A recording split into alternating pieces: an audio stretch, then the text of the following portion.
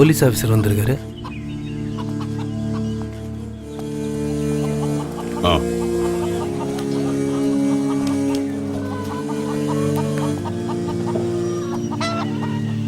இங்க யாரையா காசுனது? நீயா? நான் தான் சார்.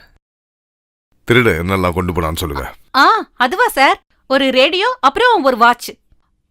நேத்து காலையில இந்த பழைய பாட்டில் எல்லாம் பொறுக்குவாங்கல்ல, அவங்க ஒரு 4-5 பேர் இந்த ஏரியாவுல சுத்தி திரியும் போதே எனக்கு தெரியும். உடனே நான் மாமா கிட்ட சொன்னேன், இவங்கெல்லாம் திருட்டு பசங்க, ஜாக்கிரதையா இருங்கன்னு.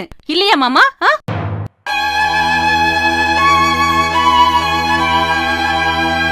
நீ உள்ள போ. யாரு தங்கச்சியா? இல்ல சார், என் பொண்டாட்டி.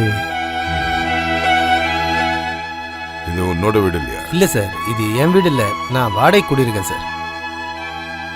சரி, அப்ப இந்த வீட்டுக்காரர் யாரு? சார் சிட்டி ஆபீஸ்ல மேனேஜரு. சார் ஆபீஸ் போயிருக்காரு சார். இந்த வாட்ச் ரேடியோ கண்டுபிடிக்கத்தான் நான் வேலையில் இருக்கேனா? எல்லாம் சேர்த்து எவ்வளவு வரும்? தெரியல சார். நீ கொடுத்த கம்ப்ளைண்ட்டை பார்த்தா லட்சக்கணக்கில் காணாம போன மாதிரி இருந்தது. கடைசியில் இத்து போன ரேடியோ வாட்ச் தான் காணாம போச்சா? உடஞ்ச ஜன்னல் எதுன்னு காமி. சார் அங்க சார். இதுவா? அதான் சார்.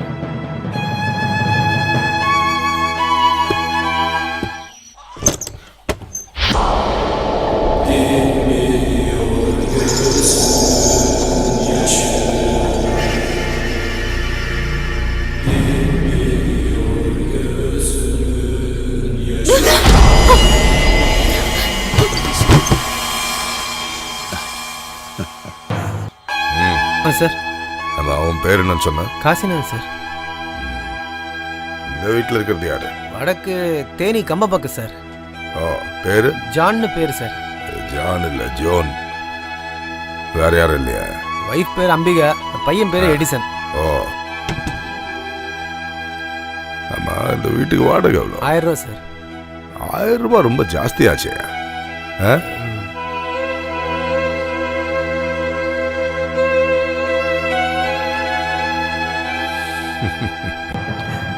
அம்பிகா இல்ல? வந்த திருட வேற எதுவும் திருடிட்டு போலியா?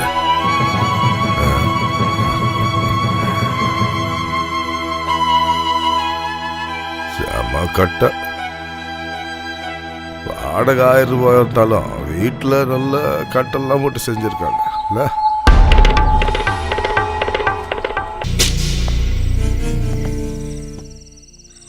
நைட்ல ஒரு யாரும் தொல்லை பண்ணாம இருக்கிறதுக்காக நான் காவலுக்கு வந்திருக்கேன். இந்த பிரச்சனை முடிகிற வரைக்கும் டெய்லி இங்க தான் இருப்பேன். புரிஞ்சதில்ல? இதை உள்ளவை வர்ற போலீஸ்காரங்க கையெழுத்து போடணும். ஆனா நான் தான் வருவேன்னு வச்சுக்க. ஒரு கிளாஸ் ஒரு சொம்பு தண்ணியை கூட. நீ ஒன்றும் பயப்படாத. தண்ணியை மட்டும் கொடுத்துட்டு போய் படு. இனிமே இந்த வீட்டுக்கு எவனும் வரமாட்டான். பணம் கொடுத்தவனுங்களையும் தப்பு சொல்ல முடியாது. ஆக மொத்தம் புருஷன் நிறைய பேர்கிட்ட 40 லட்சம் ரூபா அடிச்சிருக்கான். பணம் கொடுத்தவனுங்க சும்மா இருப்பானுங்க.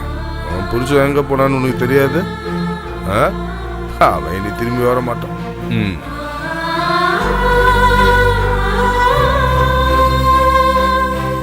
டான்ஸ் ஸ்கூல்ல இருந்தப்பதான் உன்னை தள்ளின்னு வந்தான் நம்ம.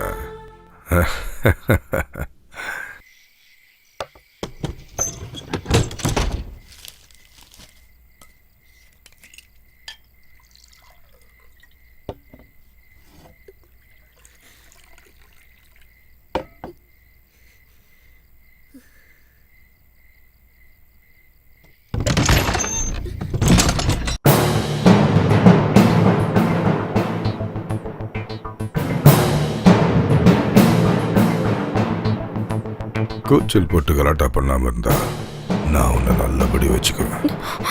ஆனா ஒண்ணு, நான் சொல்ற வரைக்கும் வேற எவனும் இது உள்ள வர முடியாது. புரியுதா? ஒரு உரையில 2 கத்தி இருக்க கூடாது.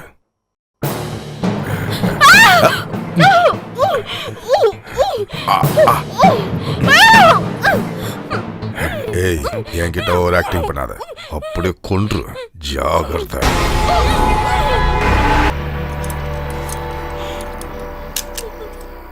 அவன் எப்படியோ உன்னை விட்டு ஓடி போயிட்டான். நான் தான் காத்துக்கிறேன்னு சொல்றேன்ல.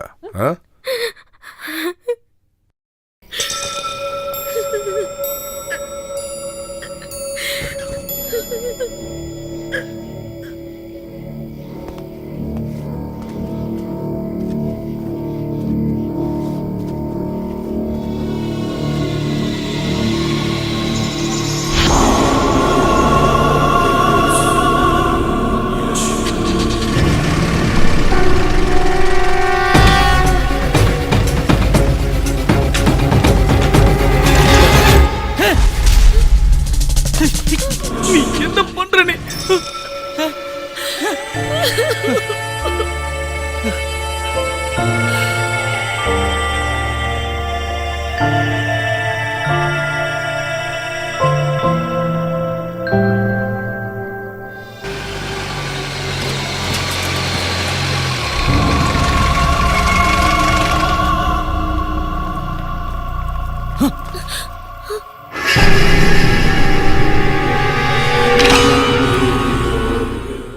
என்னவோ தெரியல, உன்னை தனியா விட்டுட்டு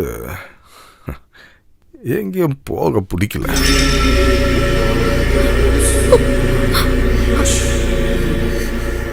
நாளைக்கு நான் டியூட்டிக்கு போக போறதில்ல. உனக்கு நான் தூக்கம் வரலையாடா கண்ணா? போய் தூங்கு. காலைல ஸ்கூலுக்கு போனல.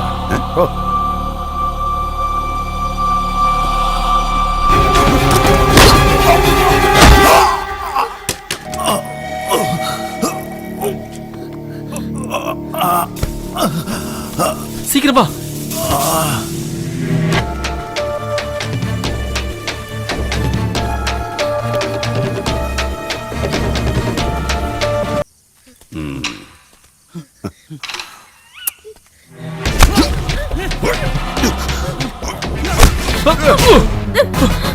வேண்டாம், விட்டுங்க. என்ன விடுங்க.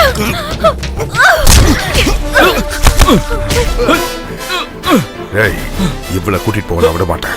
உனக்கு வேற நீ பழிச்சு போ. வா வாடி.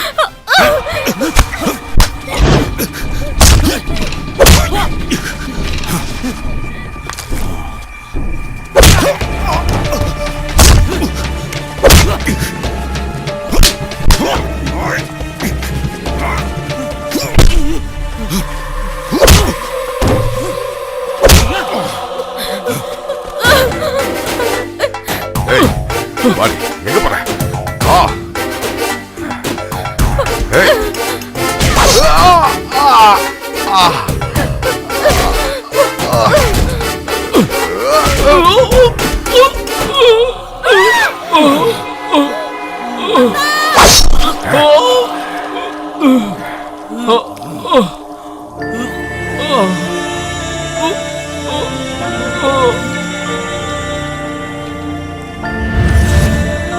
போலீஸ்கார மேல கை வச்ச.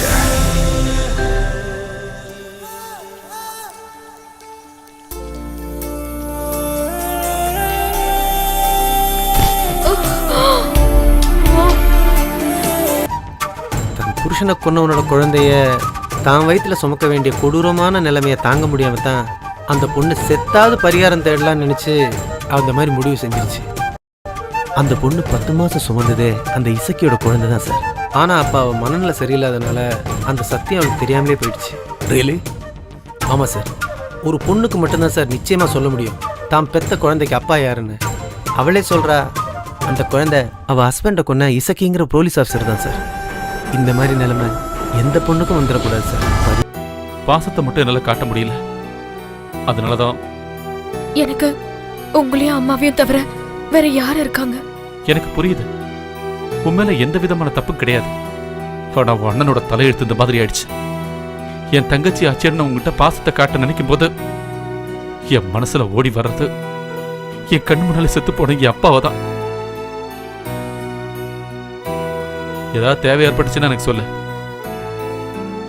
என்னதான் இருந்தாலும் நீ என்னைக்கு என் தங்கச்சி தான்.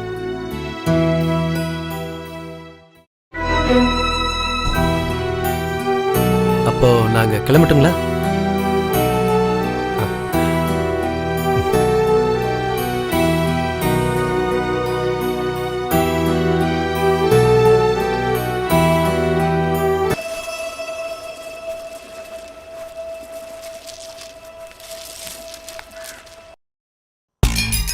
சிப்பி எல்லாம் யாரோடது?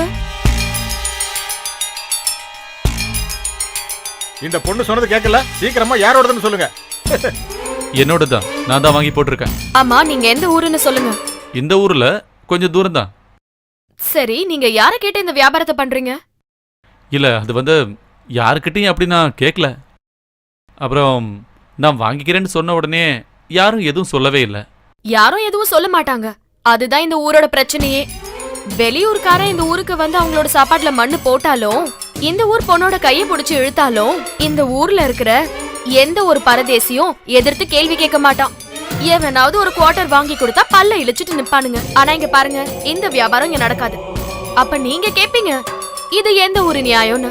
இது ஒரு வித்தியாசமான ஊருங்க. இத வித்து குடும்பத்தை பாக்குற 3 பேர் இந்த ஊர்ல இருக்காங்க. சர்ச்சில் வேலை பாக்குற தாமஸ், செட்டியாரு, அப்புறம் நான். வேற யாரும் இந்த ஊர்ல வந்து வியாபாரம் பண்ணவே முடியாது. இதை நான் இவன்கிட்ட எடுத்து சொன்னமா, இவன் தான் கேட்கவே இல்ல. வியாபாரம் முடிஞ்சு போச்சே, இனிமே என்ன பண்றது சொல்லு. என் கடைக்கு கொண்டு வாங்க, நான் எடுத்துக்கிறேன். ம். இங்க இருக்கிறவங்களுக்கு எல்லாம் தண்ணி வாங்கி கொடுத்து இந்த பிரச்சனைய பஞ்சாயத்துக்கு கொண்டு வரணும்னு நினைச்சீங்கன்னா தேவையில்லாத பிரச்சனையெல்லாம் நீங்க சந்திக்க வேண்டி வரும். ஏன்னா இந்த ஊர் ரொம்ப மோசம், புரியுதா? இல்ல, நான் வேற வியாபாரம் பாத்துக்கிறேன். இந்த வியாபாரம் வேண்டாம். 6 அடிக்கு மேல இருக்கல, வேற ஏதாவது வியாபாரம் பண்ணலாம்ல. ஊர் விட்டு ஊர் வந்திருக்கானுங்க. இந்த ஊர்ல இருக்கிற எல்லா பரதேசியும் 100, 500ன்னு என்கிட்ட அட்வான்ஸ் வாங்கியிருக்காங்க தெரியுமா?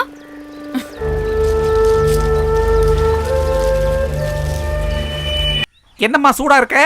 வியாபாரம் பண்ண வந்தவன் எந்த ஊர்ல, எந்த ஹாஸ்பிட்டல்ல, எந்த பக்கமா படுத்துட்டு இருக்கான்? இனிமே அவன் உயிர் இருக்கிற காலம் வரைக்கும் இந்த ஊர் பக்கம் கூட தலை வச்சு படுக்க மாட்டான். ஆனா ஒரு விஷயம் மட்டும் சொல்றேன், வயிற்று பொழப்புக்காக நான் அந்த மாதிரி விஷயத்த பண்ணேன். இனிமே நீங்க எல்லாம் சேர்ந்து அது ஒரு பிரச்சனையா ஆக்கிடாதீங்க. நான் எப்படியாவது வாழ்ந்துட்டு போயிடுறேனே. பாவம், அவன் நம்ம ஊருக்கு வியாபாரம் பண்ணலான்னு வந்தான். நம்ம பிரச்சனையை அவன் கிட்ட சொன்னோம். நம்ம பிரச்சனை அவனுக்கு புரிஞ்சிடுச்சு. எப்படி? ஏமா, ஒரு டீ கணக்குல எழுதிக்க. இதோ பாருங்கண்ணே, இதோட உங்க கணக்கு 40 ரூபாய்க்கு மேல ஆயிடுச்சு. நாங்கெல்லாம் ஜிஎஸ்டி கொடுத்து தான் வாங்குறோம். அப்புறம் டீக்கு ஜிஎஸ்டி போட்டுருவேன். சீக்கிரமா வாடி. அக்கா, எனக்கு ஒரு 25 ரூபாய் வேணும்க்கா. நான் டைம் டேபிள் புக் வாங்கணும் எனக்கு. நான் நேத்துக்கே உங்ககிட்ட சொன்னேன்ல. என்னன்னு சொல்லு. Time table book. இந்த பொண்ணு என்னென்ன சொல்லுதுன்னு அந்த கடவுளுக்கு மட்டும்தான் தெரியும். அதெல்லாம் உனக்கு புரியாது. 3ஆம் கிளாஸுக்கு மேல ஸ்கூலுக்கு போயிருந்தா அதெல்லாம் புரிஞ்சிருக்கும் உனக்கு. ஆமா, இவர் அப்படியே பிகாம் ஃபர்ஸ்ட் கிளாஸ். ஏதாவது நான் சொல்லிட போறேன். இந்தாடி.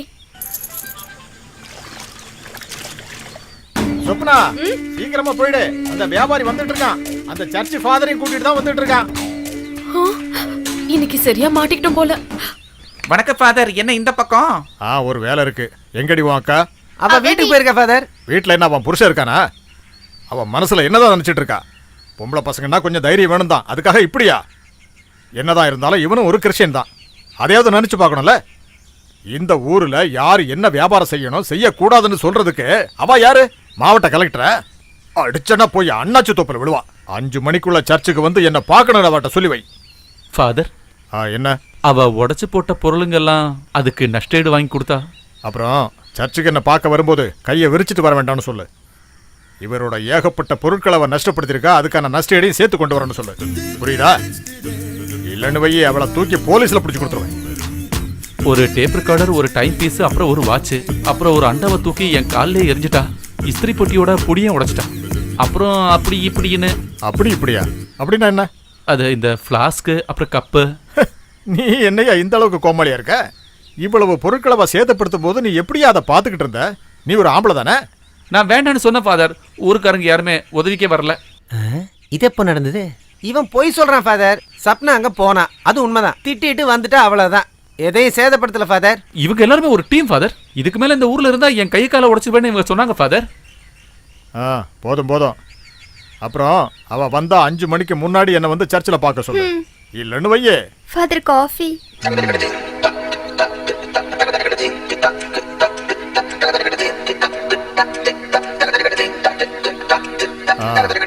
நல்ல சூடா 4 மசால் வடைய பார்சல் பண்ணி கொண்டு வாங்க.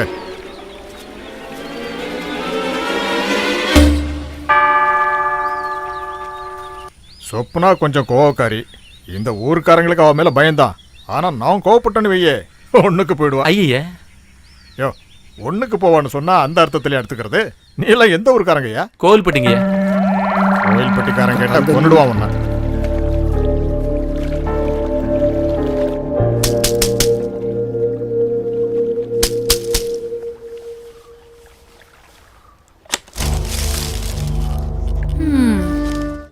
ஆமா, அன்னைக்கு உன் பேர் என்னன்னு சொன்ன?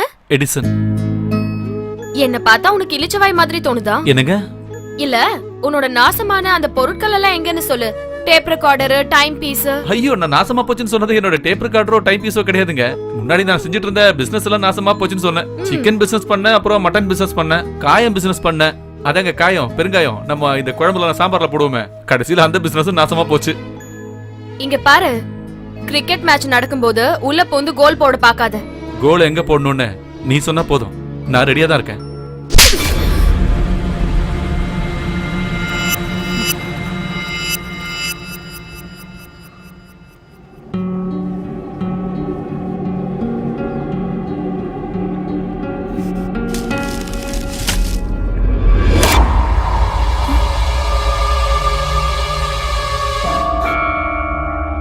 உண்மைய சொல்லணும்டா, ஒரு பொண்ண ரேப் பண்ணி ரொம்ப நாளாச்சு.